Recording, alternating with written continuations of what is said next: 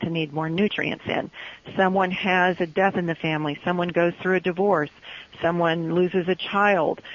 Someone is, moving from their house, or, all of these things create stress.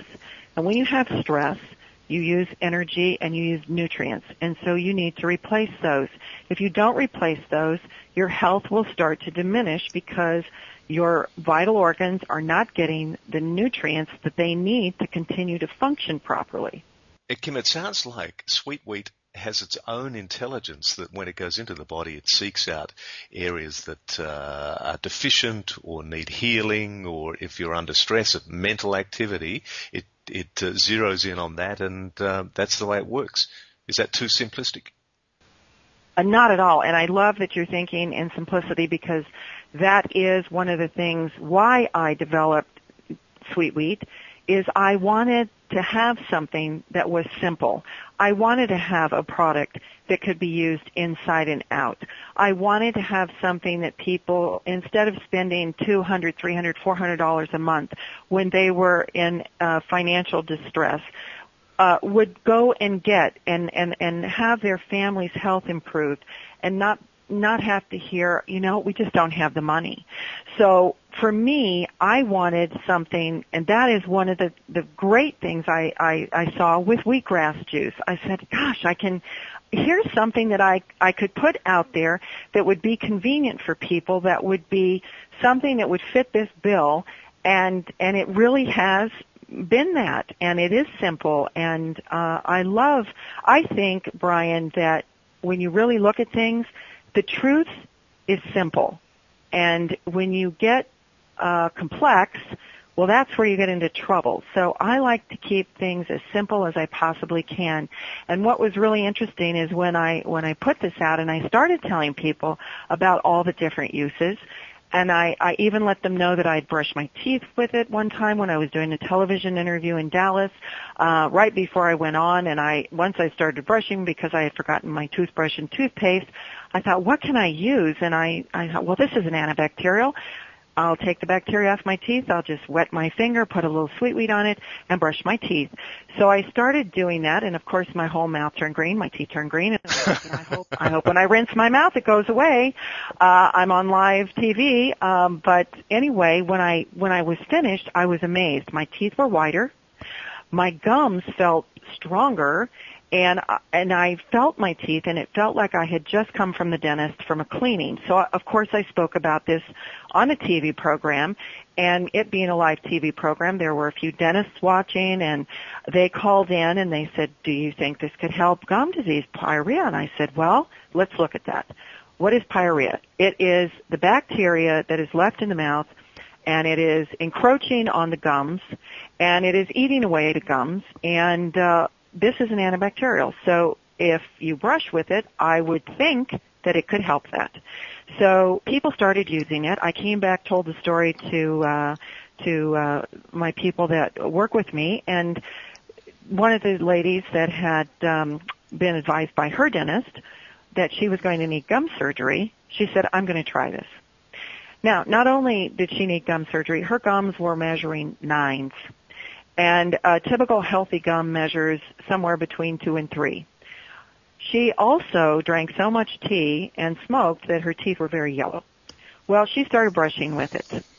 These are the things that happened for her. 2 weeks later, her teeth were completely white.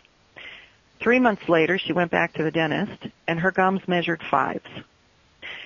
She noticed that when she got up in the morning, with all her smoking and everything else that she did, her breath was still fresh. So she was in amazement over this, and we just, we're in amazement constantly that something like this is so profoundly impacting, what you can do with your health. And I wanted to help people avoid needless surgeries, the expenditure of money. I think that in this day and age that, people are very grateful when something like that can help them like that. And another thing that I didn't mention yet is, when you're growing grass, it adds oxygen to the planet. And so that part of it is very rewarding too, because an acre of grass produces more oxygen per year than 1 acre of rainforest. And that, that's pretty amazing. I got that off of a website, and I was amazed with that. That's really a great thing. We're really green to help do that. Plus, we're sustaining organic farming, and that's helping too. So there's so many great things in working with the wheatgrass. I feel it's very spiritual. It's very high vibratory level of energy, and to me, it's just a godsend to myself, my family, and to those around me. And I'm so blessed to be working with something that is so incredibly wonderful. You spoke about adding oxygen to the air. I also notice in the information that it adds or increases the oxygen to our blood. Right. Yes. And athletes, here's a wonderful story. There was a gold medal swimmer from the United States that was using sweet wheat, and he was able to cut 1/10 of a second from his swimming, and in the Olympics, that's huge. 1/10 of a second doesn't seem like much, but in the Olympics, that's huge. So he noticed that it was oxygenating his blood. Other athletes that I've worked with noticed that they don't get the lactic acid buildup, and that's further, oxygenation. It gives them better recovery time, and it's amazing, that it provides so many benefits to the body. One of the other things is that there's a great worldwide in Western countries, obesity is everywhere. How does sweet wheat help in weight loss? Well, let's look at obesity. It definitely helps with that. I don't know, in the different countries, the types of food vary depending on where you are in the world.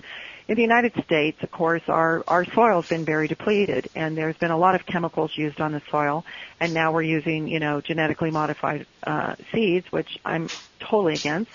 And so the nutrient value in our food has been getting less and less and less, and it's been getting more and more dangerous chemicals into it. So basically, there's no nutrient value in our foods like there was, say, 100 years ago. Now, when you eat out, or you're eating food that you bought from the grocery store that's grown on these deficient soils, your body is not going to get the message that it is full, because what it's searching for when it's eating is the amino acids, the enzymes, the vitamins, and the minerals. And when those are deficient, it's going to have you continue to think you're hungry. And it is going to have you continue to go back to the refrigerator and back to the table 3 or 4 times. And you're going to need all this volume in order to satisfy the body that it actually got some nutrients. With sweet wheat, with wheatgrass juice, it is so amazing that in half a teaspoon or 2 capsules, you are getting the nutrient value that is found in 1.5 to 2 pounds of organic vegetables. And if you really look at that, our serving of that is usually around $1 a day.